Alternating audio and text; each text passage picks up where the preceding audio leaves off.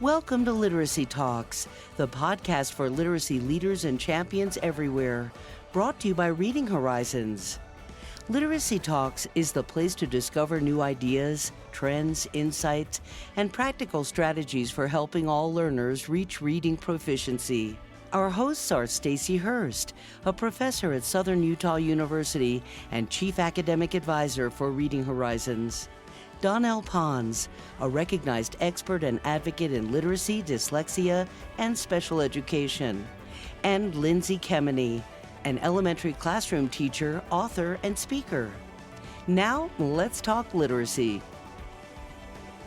Welcome to this episode of Literacy Talks. I'm Stacy Hurst. I'm joined by Donell Pons and Lindsay Kemeny, and we are excited for this particular episode because we're coming off of the energy of the Reading League Conference held in Chicago, Illinois. We just got back days ago, literally 1-2 days ago.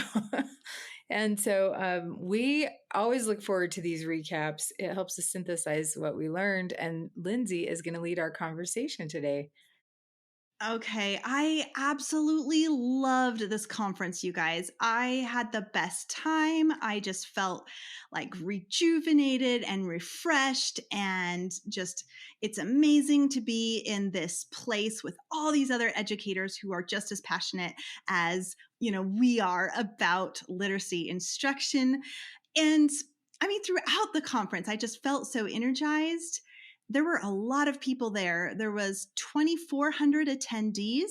We were in Chicago at the Hilton downtown, which had just beautiful meeting spaces. I mean, I'm particularly thinking of that grand ballroom with these gorgeous chandeliers and just, this just beautiful ambiance, the lobbies, all the central areas. Let's dive into sessions, and let's go like day 1, day 2, day 3. And that is something a little different this year than previous years, is that they had an extra half a day. So whereas before it was just a 2-day conference, today it was this year it was like 2.5. And we had 2 different breakout sessions on the first day. I think it was Wednesday. But even before the conference officially started, Stacy, there was the Higher Ed Summit. So do you want to, start us off by sharing a little bit about that? Yeah, it was a combined effort between the Reading League and Stars in Higher Ed. And we have had summits before, but the feedback that we received on this one is it was the best one yet. And like you mentioned, Lindsay, it was half day, but the structure was that we had Dr. Reed Lyon come and talk to us. And the theme of the summit was learning from the past and looking towards the future. And he gave us really excellent insights about his career, what he would have done differently, and then also the hope that he has for the future. In fact, his presentation was titled Hope. And I would be remiss if I didn't mention thank you to Reading Horizons, because they were a sponsor that allowed Dr. Lyons to come. So that was really great. And Lindsay, you were part of that summit as well. And the panel that we had after Dr. Lyons' keynote included somebody from almost every walk of the educational world. We had Dr. Lyons and his wife, Diane, who is an advocate and a parent of somebody with dyslexia. And then we also had Dr. Anita Archer, and I just can't help but smile when I say her name. She is always so direct and just has so much wisdom. She was a great member of the panel. And then we also had Dr. Elsa Cardenas-Hagan. Dr. Mitchell Brookins was the moderator for the panel. He did such a good job. And then we had Margaret Goldberg and Jamie Allardyce. I feel like I practiced his name and I probably say it differently every time, but I wish every principal could hear him. And then none other but our own Lindsay Kemeny was on the panel as well. And then I'll continue giving the outline, Lindsay, and then I'd like to hear your takeaways too. But then after that, we had 2 rounds of what we called book talks for professors in higher ed who are always looking for textbooks and resources to use in their courses. We had many authors there with their books, I say many, we had 10, I think. And we had the opportunity to interface with them and hear from professors that use their books and how giving ideas about how to do that. So we had, I think, almost 100 attendees to that. It Lindsay, was what did great. you think about that? I thought Reed Lyon did a great job. I had not heard him speak before, and so that was interesting. And then I loved being on the panel. I thought Mitchell Brookins did an excellent job of moderating it for us. And I liked bringing in the teacher perspective. And, one of the things they were asking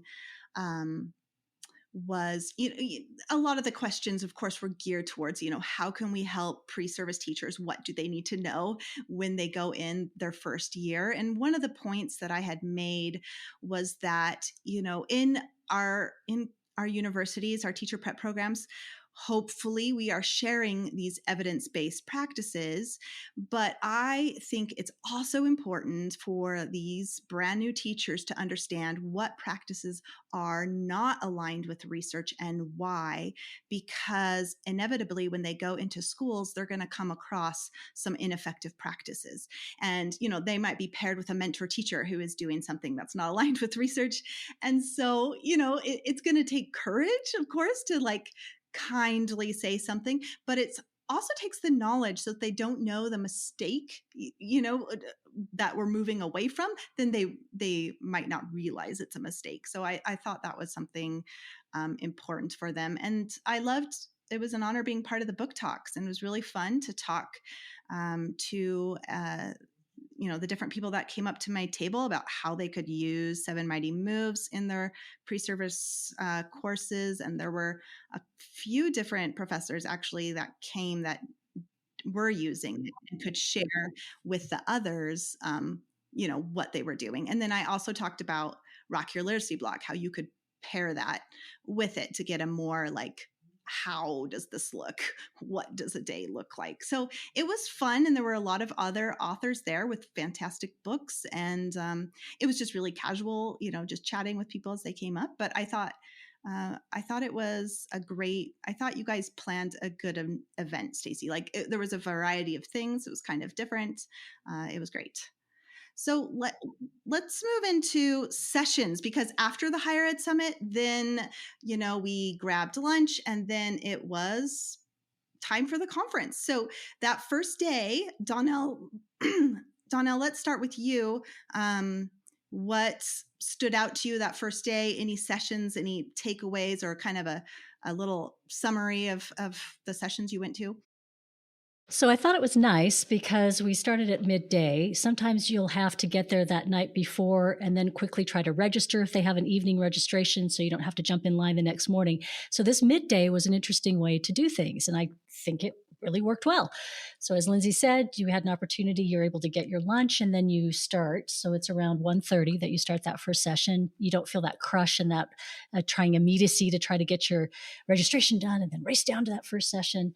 But we didn't start with a keynote. Instead, we went into sessions. And so that was also different. And I thought it was a nice way to begin as well. So we weren't all crowded together in the beginning. We went off to sessions. And then they also had on that program that Lindsay was talking about a little asterisk that said whether this session was going to be a presentation that would appeal to attendees with a more advanced knowledge. And I thought that was interesting that they had that indicator. And that was a session I attended one of those to begin with. And that was Shane Piasta and Beth Phillips. And it was Project Opal. So it's some research that's going on about practices around phonological awareness. They didn't have the data yet, so it's going to be very exciting when it's out. They gave us an overview of the research that's going on, the projected times for when they're going to have the information, but then they also gave some really good information about things we know already and the research, what it really does say, and the research doesn't say. And in other words, there's a whole lot of practice that's occurring without a lot of research either way. So that was a really interesting thing. And Lindsay, you were in there with that one with me. So yeah. Can I jump in before you go to your next one? Because that I was so excited for that session. Donell, if you remember when you went to Triple SR this summer and you came back, during that podcast episode, I was asking about this research study by Hudson and others about phonological awareness and phonological sensitivity, where they found in preschool that the students were being trained in both phonological sensitivity and phonemic awareness did better than the ones who only had one or the other. And so if you remember, I was asking Jake Downs a little bit about that. So for our listeners, if you want to go back and listen, that study still has not come out yet. I think it's still in review, but Shane Piasta is the one who had shared that on LinkedIn. And so I was so excited to come to her session because I really wanted to hear more about this. Does this phonological sensitivity carry more into kindergartners? Are those results strictly for pre-K and there's a cap? We have so many questions. So her session was fascinating and frustrating all at the same time because, like Donell said, they introduced this Project Opal. And in it, they're doing a study where they are looking at students who are beginning with phonological sensitivity and then moving to phonemic awareness. That's one of the groups. Another group is going to be phonological sensitivity only. Another group is going to be the delayed phonemic awareness. And then a fourth group is business as usual. They are studying, I think is it kindergarten and first grade? And it's going to be a 3-year study. So they are only in the beginning. So I was like, that's what I mean. I'm so excited about this, but so frustrated because we really have to wait 3 years before we get the results. But Donell, I thought it was fascinating when, it was Shane Piasta and Beth Phillips, and they went really fast, but they were talking about what we know about the science of teaching phonological awareness. And surprisingly, there is not a lot of research for teaching phonological awareness. And they were saying there's a lot on, the importance of it, but not of teaching it. And one of the big takeaways that they shared was there are a lot of inconsistencies and so many unanswered questions about it. So I thought that was interesting. Okay, Donell, go ahead. Go to your next one you wanted to share. Well, the next one was Mitchell Brookins, Unlocking Student Potential, the Writing Reading Feedback Cycle. And that was really good too. Yeah. Did an excellent job. Yeah. Walked us through writing. Yeah. And the reasons why explicit instruction in writing isn't exactly what's happening for a lot of students. And then the importance of modeling as well. So we went into the teaching aspects of it. Yeah, I think Mitchell Brookins is just a gifted speaker, and he has such a deep knowledge. So I loved it. One of the things he said, I went to that session too. He said, "How do you help children show their brilliance on paper?" And I really loved that.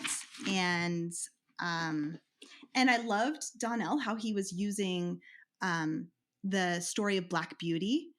That was like the text they're reading, and he was showing how he would have them write in response to that. And just, he did such a good job showing how he's trying to pull out more information from the students after reading that text. And so he'd keep asking why, to really kind of probe them to see what information they know and just to activate their knowledge so they could write. So yeah, he went after a couple of things I thought was interesting. I turned to Lindsay and I said, this is interrogating the thesis. And he's using it with these young students, obviously on a level that's useful and helpful to them, but he's asking them to go after their own thesis, asking those questions. So why would that be the case? So what do you think about that? And then the students have an opportunity to respond. And either by the way they're able to answer, they're able to tell themselves, I don't think that was really what I was trying to say. Or that's right, I didn't say a whole lot with that. So that's that interrogation part that I thought was really interesting, but he had a nice way of handling that with students.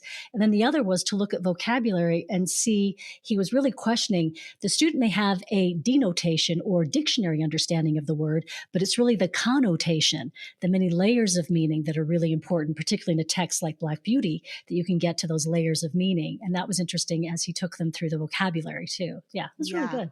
And one of the ways he helped them improve their thesis statement was doing sentence combining. So he did a sentence combining activity to help, really strengthen their thesis and come up with something that was really strong. And I just thought that is like exactly the way to build in sentence level activities. We don't only do sentence level, but we integrate it within the whole, the essay or the paragraph or whatever. And that was one way he did that. And I thought it was fantastic. Stacy, what about you? What sessions did you go to day one? I went to Julie Washington, and her session was titled The Structure of a Reading Revolution. It was one of those sessions that had an asterisk next to it.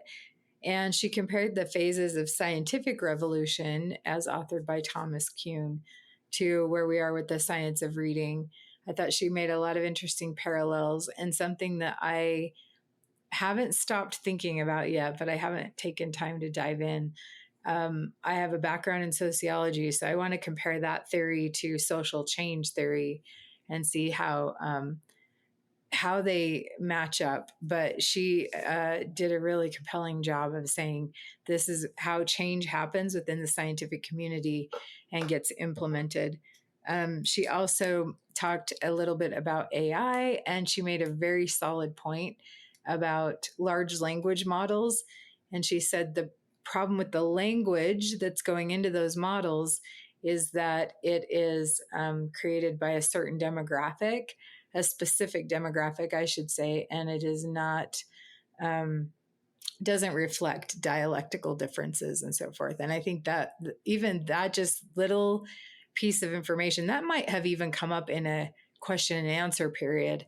But I thought it was a good point and something for me to think about as I work with students who have, we all speak a dialect, but to be aware of that when we're using technology, I think that's important. So she was great as always. Okay. And let's go to day two. Day two is when we had our opening keynote, and it was Hildebrand Peltzer III who spoke. And he gave a really powerful keynote sharing a lot of stories about this connection between illiteracy and the prison system. And he asked us 3 questions that I just want to share with our listeners just for you to think about. Number 1, what does reading frustration look like at your school? Number 2, what is your school doing about it? And number 3, how are you contributing to the school to prison pipeline? What are you doing or not doing? So I just think those are some powerful questions that we can consider. What stood out on day 2 for you guys? So that keynote was really powerful. And I do always think it's interesting. We talk about the impact of reading difficulties on a person's life. And we can pull out statistics and we might reach for really dramatic circumstances. And for a moment, you see people even having conversation after. You might even see people leaning over and going, oh my goodness. And to me, where does that go after? I mean, I really wanted to say, let's even ask folks a week from now, will you be thinking about this? A week from now, what does this feel like? So if you're shocked right now and these statistics feel really bad to you and you don't think they should continue, what's it going to look like a week from now, right? Because we're not going to get change unless we all decide we're really done and we're not going to let up until it changes. And so it was a powerful, but I also wanted to follow it up and say, let's keep it going. Let's keep the power going. So that was a thought I was having when he spoke.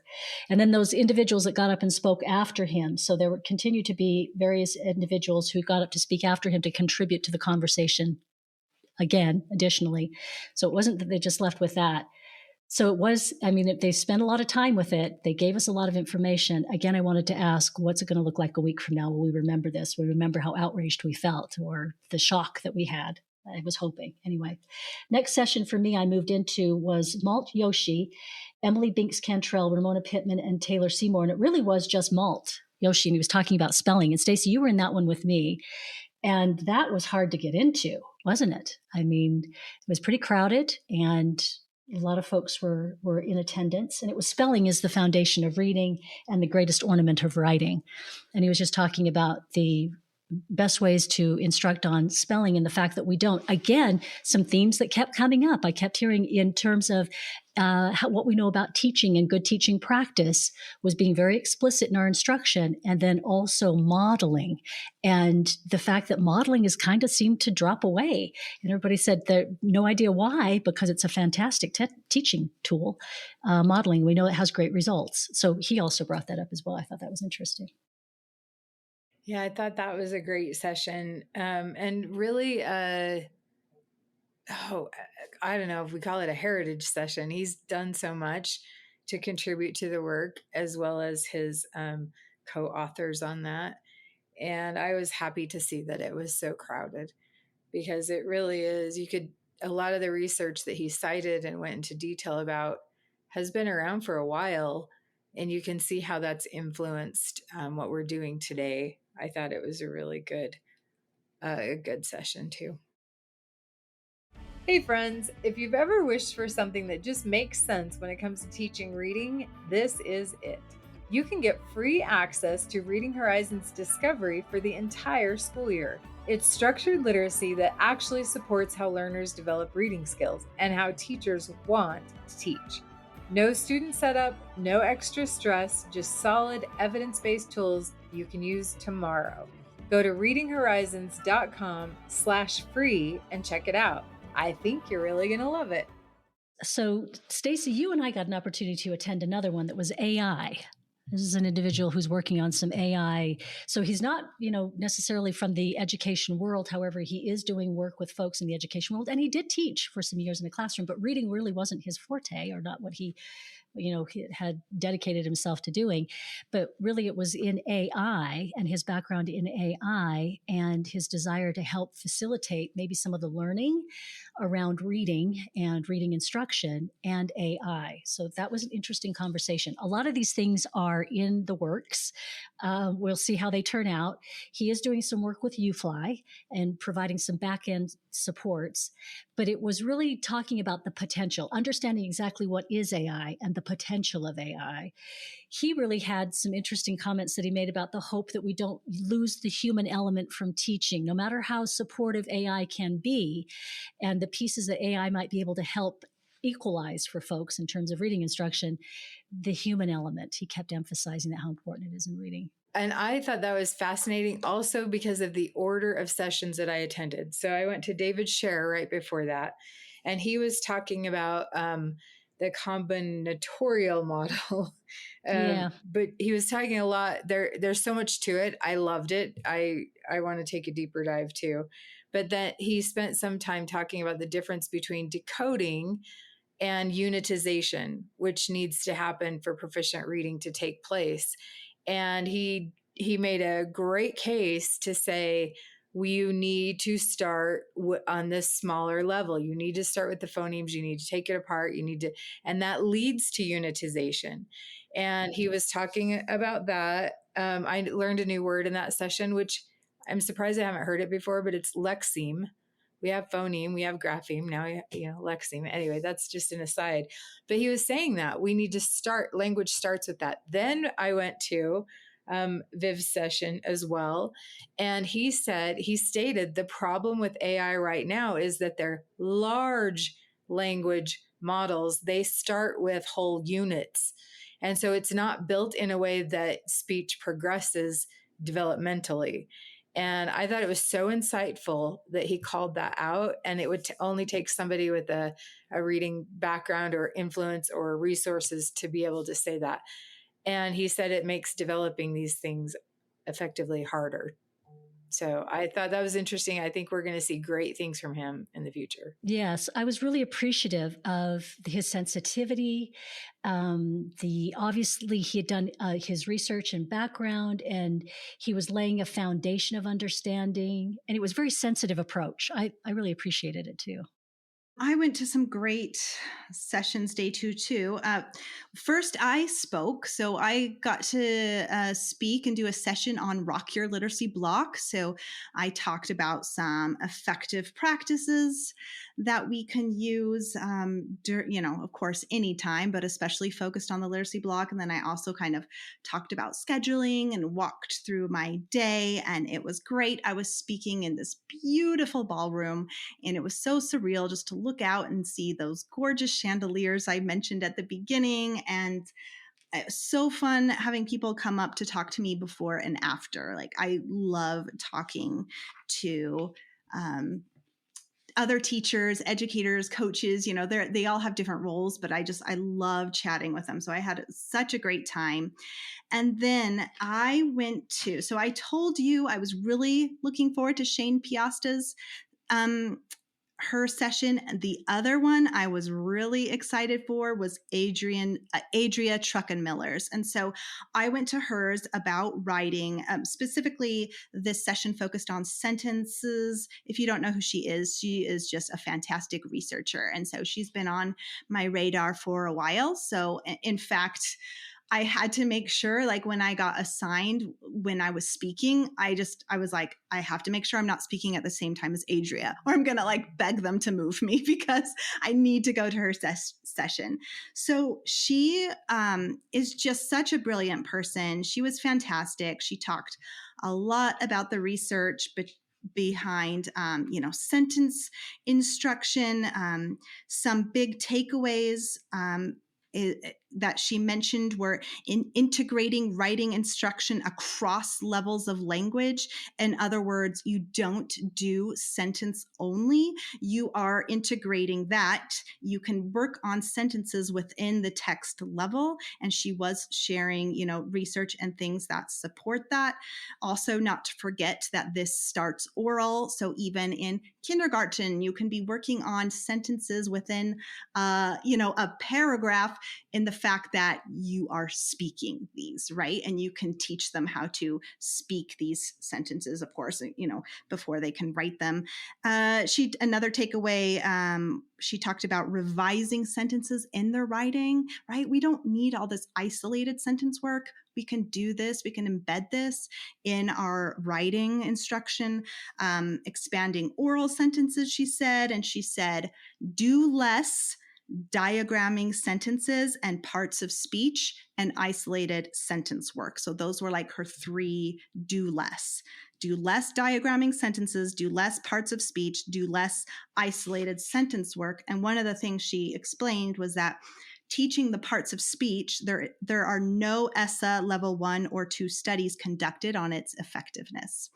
And so she was really talking about how we need to think about the use before the label, right? And it kind of reminds me of Big Sky when we're talking about syntax, and how like the important thing is the use and how those phrases relate to one another, right? I think that's the critical part. So she shared some things that I still like want to go back and think about a little more.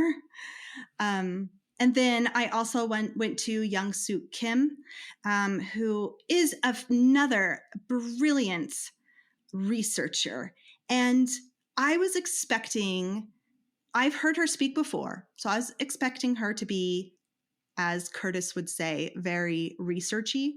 I think Curtis, Donell's husband, is the first one. It was like, yeah, it's kind of researchy, and use that.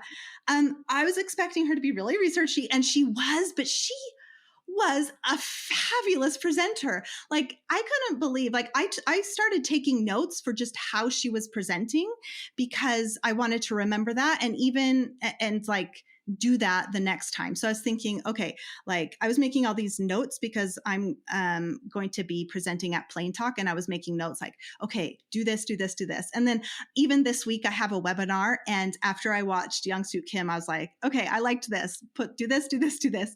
But she had a lot of good like turn and talks. She had an outline she followed. I just thought she did an excellent job. But she was talking about how reading and writing are built on these shared skills. And so, of course, she shared her interactive dynamic literacy model, which you guys may have seen. It's a fantastic model of reading and writing. And, even though I heard her speak about it before, it was very helpful this time as she slowly went through it. And something that really stood out to me is that, so she has like this base, like this house analogy, right, of reading and writing. And the base, the very foundation, is executive functioning. And part of that is working memory. And one of the things I just thought was really interesting and just maybe hit me in a new way is that when our students have different struggles, it usually all comes down to that working memory.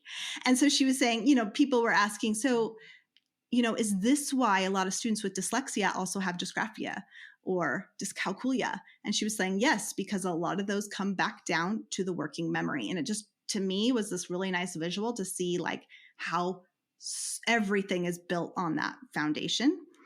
But she was fantastic. She talked about ideas for writing for reading. She talked about ideas for reading for writing. And then she also mentioned that you also need specific writing instruction and specific reading instruction, right? And so I liked, a lot of times we're always saying, oh, writing and reading should be connected. And so she clearly showed that, but also said, hey, you need reading specific activities too, like your decodable text and your fluency, right? And same with writing. You need specific writing instruction where you are explaining the writing process and idea generation and revision. And so I just thought it was excellent. She is brilliant. That's a word I would use to describe her over and over. Donell, I remember a conversation you and I had this summer all about that model. It's one of my favorite models, if not my most favorite, of reading and how it develops. And I have certainly appreciated the iterations over time. She is an amazing individual. Lindsay, I'm curious, what kind of things did you notice in what she did to present specifically? Like turn and talk, what else? Yeah, those turn and talk. She was very clear in, and you see presenters do this where they kind of share their little outline at the beginning, but she was really good at this clear outline and then going back to it. So that was very helpful because I knew where we were in the presentation, and she just had really good questions and places where she stopped to have us discuss and then come back together. Let's see if I put any other notes. I think even at the end, she told us, name one thing you want to do next week informed by our time together today. She asked things like, what are potential challenges and solutions for implementing this? And so it was just really well done with those little tweaks, Okay, so let's go to day 3, our final day. Any standout sessions for you guys? Yeah, I came in late. I had another one that I had popped into, but I came into Amanda Vanderhayden. She was doing Following the Science of Instruction. And that was really good. She's also an associate of Matt Burns. And I'm hoping I'm getting that correct because she was also math, and I thought it listed math in there, but yeah, I think that's right. And she was talking about just the science of instruction, period, whether you're teaching reading or teaching math. And she has some really underpinning guidance there. And we talked about it before. You've mentioned it. You mentioned it in the last presentation you had. The explicit instruction. So that's a resonating theme. We know that from structured literacy as well. So that's the principle of explicit instruction. And then enough modeling, students seeing you do it, right? And that's the gradual release of responsibility. It's in that as well. So just talking about these principles that we know are really good, and then wanting to see them more often used across the board, whether we're teaching reading, we're teaching math. And then also the idea of students who have working memory, difficulties with working memory, there is no better way to provide instruction than to have it be very explicit, to have it modeled, to have an opportunity to see someone else do it. So just again, reiterating that fact that if we know these things about the students that are in our classrooms, then it makes even more sense to organize our teaching around this. So she was really interesting. She talked about sequencing of skills being very important. Of course, we know that in talking about it's cumulative, it's systematic within reading, but she also applied that to math. So again, we're seeing some some ways in which the two things speak to each other. She was also talking about dosing and making sure that the students are getting enough time with the instruction.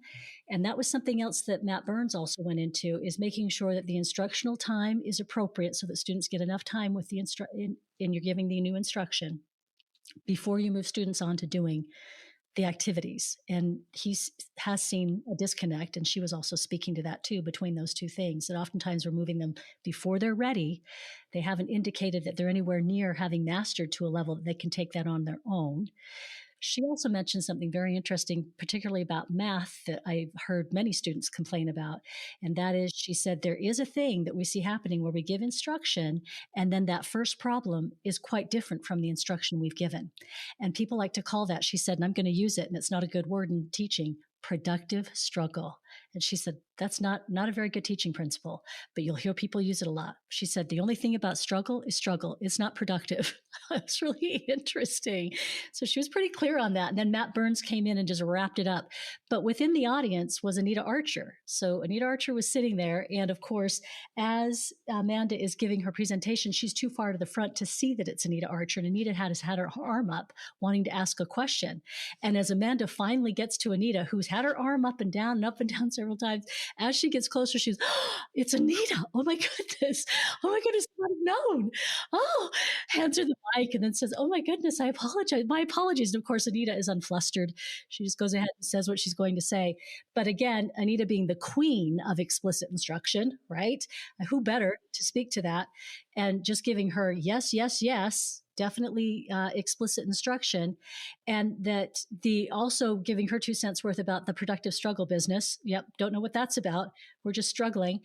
So it was really interesting. And then she hung out for Matt Burns as well when he came in and followed up again with what Amanda was talking about. It was very good. It was a really good morning.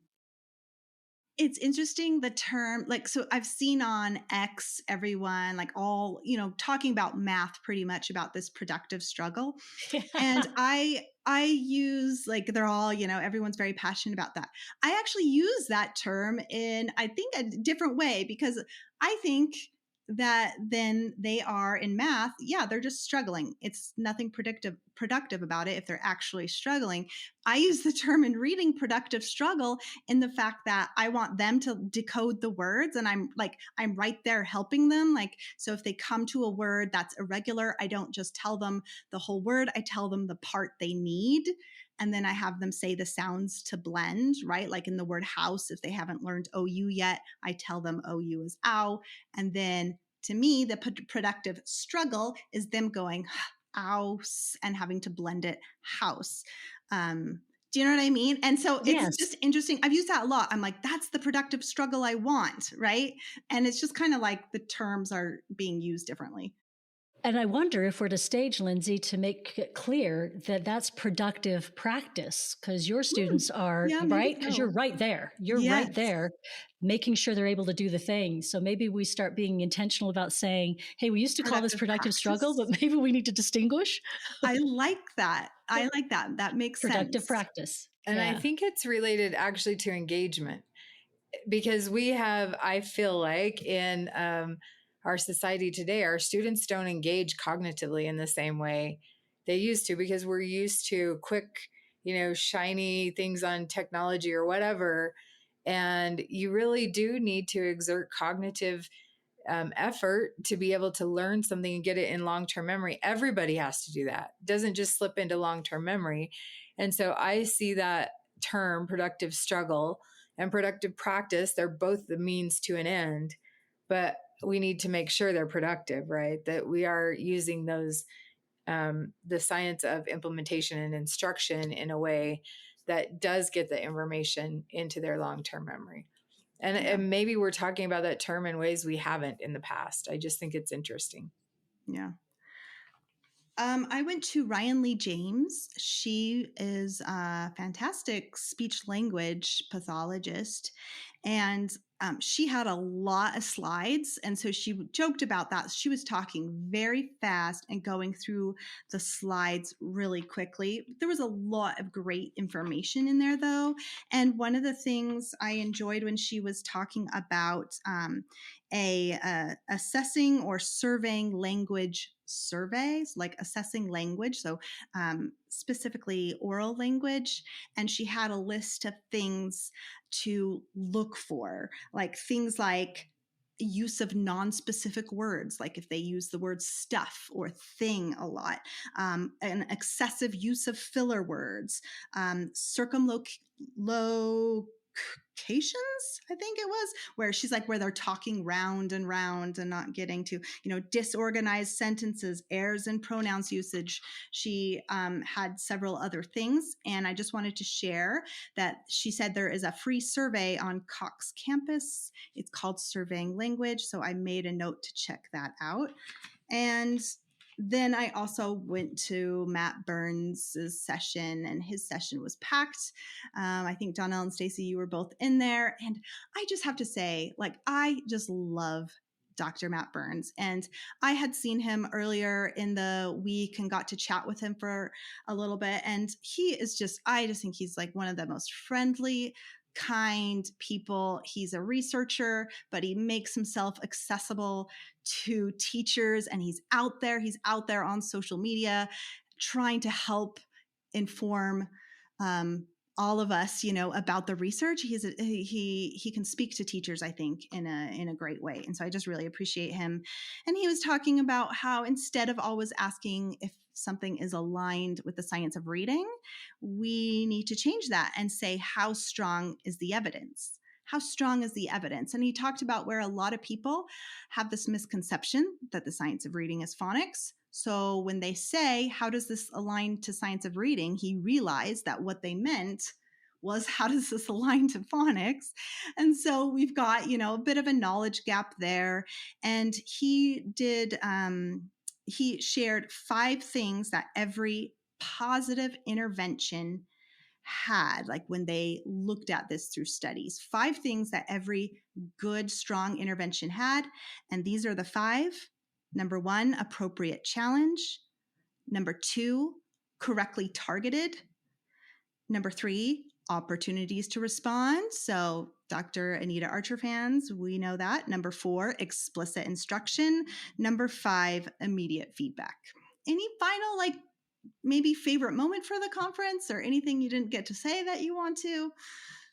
Well, just weighing in on Dr. Burns' session, and those of you who've been listening to our podcast for a while know Anita Archer was our first guest. Matt Burns was our second. For That's a true, reason. We have been followers of his for a long time. I certainly have. I like his ease of research. He thinks like a scientist, but he applies it like a teacher, and he can communicate that really well. One thing that he just kind of offhandedly said during his session was, there is not a right way to do the wrong thing. And so I thought that was a good thing to keep in mind. If we're trying to fit science into what we're doing, rather than looking for the evidence first, it can feel like we're struggling, or our students will struggle, right? Donell, what stood out to you in that session? There was so much, huh? Gosh, there was so much in that session. And I just kept jotting down, and you've all mentioned some really good things, but he kept bringing up memory because, as you say, it's the underpinning, right? And the working memory of students. And he used that term 7 plus or minus 2 for students of how much information they can hang on to. So they're not all the same. Each one has a different number. So that's that having to know your student. And he said, they'll tell you what their rate of acquisition is. They show you by their behavior. That's really interesting. You don't need to be guessing or wondering, but the minute you hit it, you'll know. They'll show you. And if we're not looking and we're not in tune, realizing we're going to miss it, right? But they're showing us all the time. It doesn't have to be difficult. In other words, he's saying you don't have to run a bunch of mathematical equations, but you can see it. They'll show you in their behavior. Time off task, when you exceed their rate of acquisition, they're going to show you. It's good. And that session was packed too. Wow. It was. There's people, he had a big room, and there's still people on the floor. So I just want to share my favorite moment from the conference. I was so grateful. Reading Horizons sponsored a book signing for me, and that was on day 2 at the Reading Horizons booth. And they generously purchased about 60 books, copies of Rock Your Literacy Block to give to the first 60 people in line. And I had finished speaking. I was answering questions. I came and joined you guys for lunch for about 10 minutes, and then I headed over to the book signing, and there was just this enormous line. And when I arrived, it was so like they all started cheering, and it was like such a special moment. I was just like, oh my gosh, I love all of you. Thank you for the support. I've talked before on the podcast how, it's like, it's nerve-wracking, all these things and being out there. And when I feel such like positivity and warmth and support from people, it just makes it all, it makes me feel so good and like it's worth it, and that I'm helping others, which is what keeps me going. So it was such an amazing book signing. It was so fun. I was just sad that the line was so long, that took people so long to get through it, because, and I wish I had more time to talk with every person. I had to go kind of quick, but that was my favorite moment of the conference. So, and big shout out to Reading Horizons for sponsoring it and purchasing those books. They even, because some people were in line waiting the whole time and didn't get their book, and so they're going to mail them one, which I thought that was really nice. So, I'm sorry we went over. We have talked so much. It was such an amazing conference, but I want to give Donell just a little bit of time, because the week before this, she went to the Plain Talk About Dyslexia conference. So Donell, do you want to share anything? Was this the first time they've done that conference or the second? It's either the second or the third. Okay. Obviously, it was my first time attending, and it was held in Baton Rouge, and it was October 2nd and 3rd. And it was a very good conference. In fact, they had a whole really nice handout manual to go with it. There we did have swag bags that went with everything. It was a traditional conference set up with your keynote at the beginning, and then you went off to your different classes. And obviously, this one was clearly set up to talk about dyslexia. So that was the topic of conversation. And the keynote, Elsa Cardenas-Hagen, took us through what would be the proposed new definition for dyslexia that will be voted on at this conference this month. It'll be at the end of the month. And so that was brought up, and she discussed that, and then also did some breakout session. And they had some really good speakers. Julie Washington was there as well, discussing and talking, and Christopher Wooden, who does math at Landmark Academy and has a math program. He's really good. So there were some really good speakers involved in the conference. And I was also able to see Matt Burns. He was there at that conference. And again, he hit it out of the park. He did a fantastic job talking again about working memory, best interventions, when your intervention has stalled out, and so practical. Again, not only is he research, but he's also very practical. And I love that he said, if I don't have a point, lowest I'll go is a 0.4 in terms of effect size, but it's got to be higher. And he's so right, because you have such limited time with students and they're working so hard. Eric Treatise, who's been part of IDA for a long time, he was at that conference. He's a pediatrician. He's written the Pearl D. Nancy Mather was there talking about the Todd. So really good presenters, very quality conference with presenters. And then they had a keynote speaker on the second day. And I tell you, he was phenomenal. Tommy Mabry, Dr. Tommy Mabry. Remember that name? He was on the Jennifer Hudson show. So apparently there is some video footage of him on that show. But I can't tell you, I mean, I've heard a lot of keynotes, and there are some very good keynotes. I'm not saying that there aren't really great keynotes, but there was something about this man. He'd stepped out and made sure that he walked almost the entire auditorium, and we filled a pretty big room. Obviously, it wasn't a huge conference. It wasn't the 2,500 that we had at the Reading League. It was more like 300 and maybe 4. And he made sure to walk as he gave his talk. And he's a tall, imposing individual. He played sports. That was helpful. But as he walked, he talked about his own personal experience with reading and writing and shared some very harrowing stories of growing up. And it was that the school to prison pipeline that he was headed on. And he's very open to talk about that. And then how he was able to pull himself out of that and what it took in order to do that. And then the work that he does as an educator. And it was powerful. I tell you, when he was done, everybody just leapt to their feet and you were applauding. It really put a fire in you. It was fantastic. A really good conference, and Plain Talk does it. I tell you again. Yeah. I'm excited for Plain Talk for Literacy conference. Not until March. I have to wait, but I'm excited for that. And Donell and Stacy, like, you guys are going to IDA conference next week. So, oh my gosh. And Donell, for you, this is your third conference in a month. So you're like, your brain is going to be like major overload, right? Fourth, if you count the Wasatch Reading Summit that Donell presented at. So Oh, yeah, the Wasatch Reading Summit. Woo. yeah, that's great. It sounds like it was a really good conference. And it's always in Baton Rouge, Donell? Yes, so I think so. I think this one is always in Baton Rouge. And I was impressed. It was a very good conference. Good, exciting. Well, thank you, Lindsay, for leading our discussion today and sharing all about your experiences, both of you, at the Reading League Conference. And we should say these are just 3 perspectives. There were so many other great speakers. It was hard to decide sometimes. And I do have to say that they put together a really great program. And I saw the science of reading reflected in the sessions, the science of implementation, which is more systemic, and the science of instruction. So really, the Reading League does it so well. They address all of those aspects of our literacy landscape and support in very meaningful ways. So thank you to the Reading League.